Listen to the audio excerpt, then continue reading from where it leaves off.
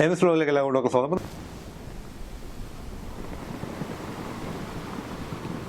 അപ്പോൾ നമ്മളിന്ന് സംസാരിക്കാൻ വേണ്ടി പോകുന്നത് വാട്സാപ്പിൽ ഒരു ഫീച്ചറാണ്. അധികം ആരും ഉപയോഗിക്കാത്തൊരു ഫീച്ചറാണ്. നമ്മളെല്ലാവരും ഗ്രൂപ്പുകളിലൊക്കെയാണല്ലോ സാധാരണ രീതിയിൽ ഉപയോഗിക്കും. ഒരുപാട് മൾട്ടിപ്പിളായിട്ട് ഒരുപാട് പേർക്ക് മെസ്സേജ് ചെയ്യണമെങ്കിൽ അല്ലെങ്കിൽ അറ്റാച്ച് ചെയ്ത ഫോട്ടോസോ വീഡിയോസൊക്കെ അയക്കണമെങ്കിൽ നമ്മൾ ഗ്രൂപ്പൊക്കെ തുടങ്ങിയിട്ട് ഒരു 250 പേരുടെ ഗ്രൂപ്പിലൊക്കെയാണല്ലോ നമ്മൾ സാധാരണ രീതി ചെയ്യുന്നത്. എന്നാൽ ഇവിടെ വ്യത്യസ്തമായിട്ട് വാട്സാപ്പിലുള്ള ഒരു ഫീച്ചറാണ് വാട്സാപ്പ് ബ്രോഡ്കാസ്റ്റ്, ന്യൂ ബ്രോഡ്കാസ്റ്റ് എന്ന് പറയുന്നത്. നമ്മുടെ വാട്സാപ്പിൻ്റെ ടോപ്പിലുള്ള ഐക്കണിൽ കാണുന്നതാണ് ഒരു ബ്രോഡ്കാസ്റ്റ് എന്നൊരു ഫീച്ചറുണ്ട്. അപ്പോൾ ഈ ഒരു ഫീച്ചർ അങ്ങനെ അധികം ആരും ഉപയോഗിക്കാത്തൊരു ഫീച്ചറാണ്. അപ്പം ഈ ഒരു ഫീച്ചറിനെ കുറിച്ചാണ് ഇന്ന് പറയുന്നത്. അപ്പോൾ നമുക്ക് വീഡിയോയിലേക്ക് പോകാം. അപ്പം മറക്കാതെ നമ്മുടെ ചാനൽ സബ്സ്ക്രൈബ് ചെയ്യുക. നിങ്ങളുടെ സപ്പോർട്ട് ഉണ്ടെങ്കിൽ മാത്രമേ മുന്നോട്ട് പോകാൻ പറ്റൂ.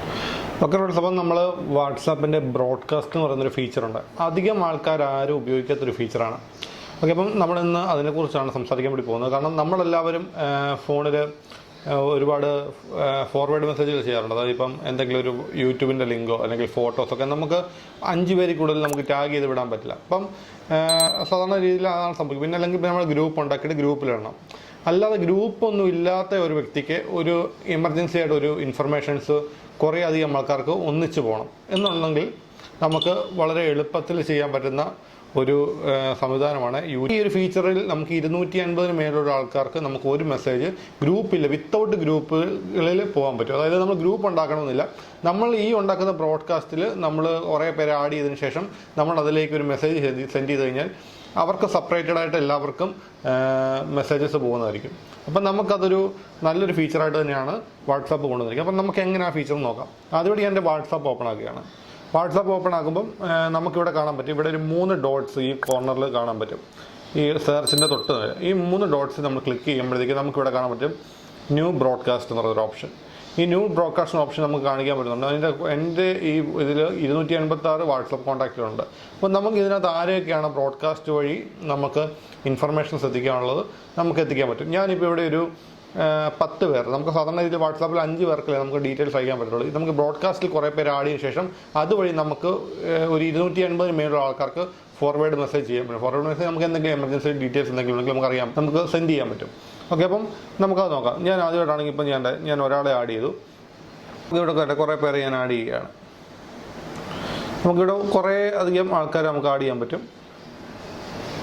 ഉണ്ടോ? ഞാനിപ്പോൾ ഇവിടെ 12, 13, 14, 15, 16, 17 അങ്ങനെ കുറേ കോൺടാക്ട്സ് ഞാനിങ്ങനെ ആഡ് ചെയ്യുകയാണ്. അപ്പോൾ ഞാൻ 17 അല്ലെങ്കിൽ ഓക്കെ നമുക്ക് 20 പേരെ സെറ്റ് ചെയ്യാം. കണ്ടല്ലോ, നിങ്ങളിപ്പോൾ കണ്ടു കാണും. ഞാൻ 20 പേരെ ടോപ്പിൽ കാണിച്ചത് 20 ഔട്ട് ഓഫ് 256. അപ്പോൾ 286 കോൺടാക്ട്സ് ഞാൻ 20 പേരെ ഞാൻ ആഡ് ചെയ്തിട്ടുണ്ട്. ഞാൻ ജസ്റ്റ് ഒരു മോഡൽ മാത്രം കാണിക്കുന്നേ ഉള്ളൂ. ജസ്റ്റ് അതിന് ശേഷം നമ്മൾ ഈ താഴെ കാണുന്ന ഈ ടിക്സിൽ ക്ലിക്ക് ചെയ്യുക, ഗ്രീൻ ടിക്സ് ക്ലിക്ക് ചെയ്ത് നിങ്ങൾക്ക് അവിടെ മനസ്സിലാക്കാൻ പറ്റും 20 റിസപ്ഷൻസ്.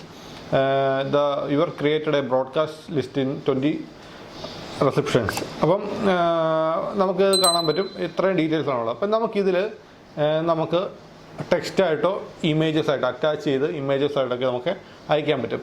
ഇങ്ങനെ അയച്ചു കഴിഞ്ഞാൽ ഒരിക്കലും ഇതുപോലെ ഗ്രൂപ്പ് ഒന്നും ക്രിയേറ്റ് ചെയ്യപ്പെടുന്നില്ല.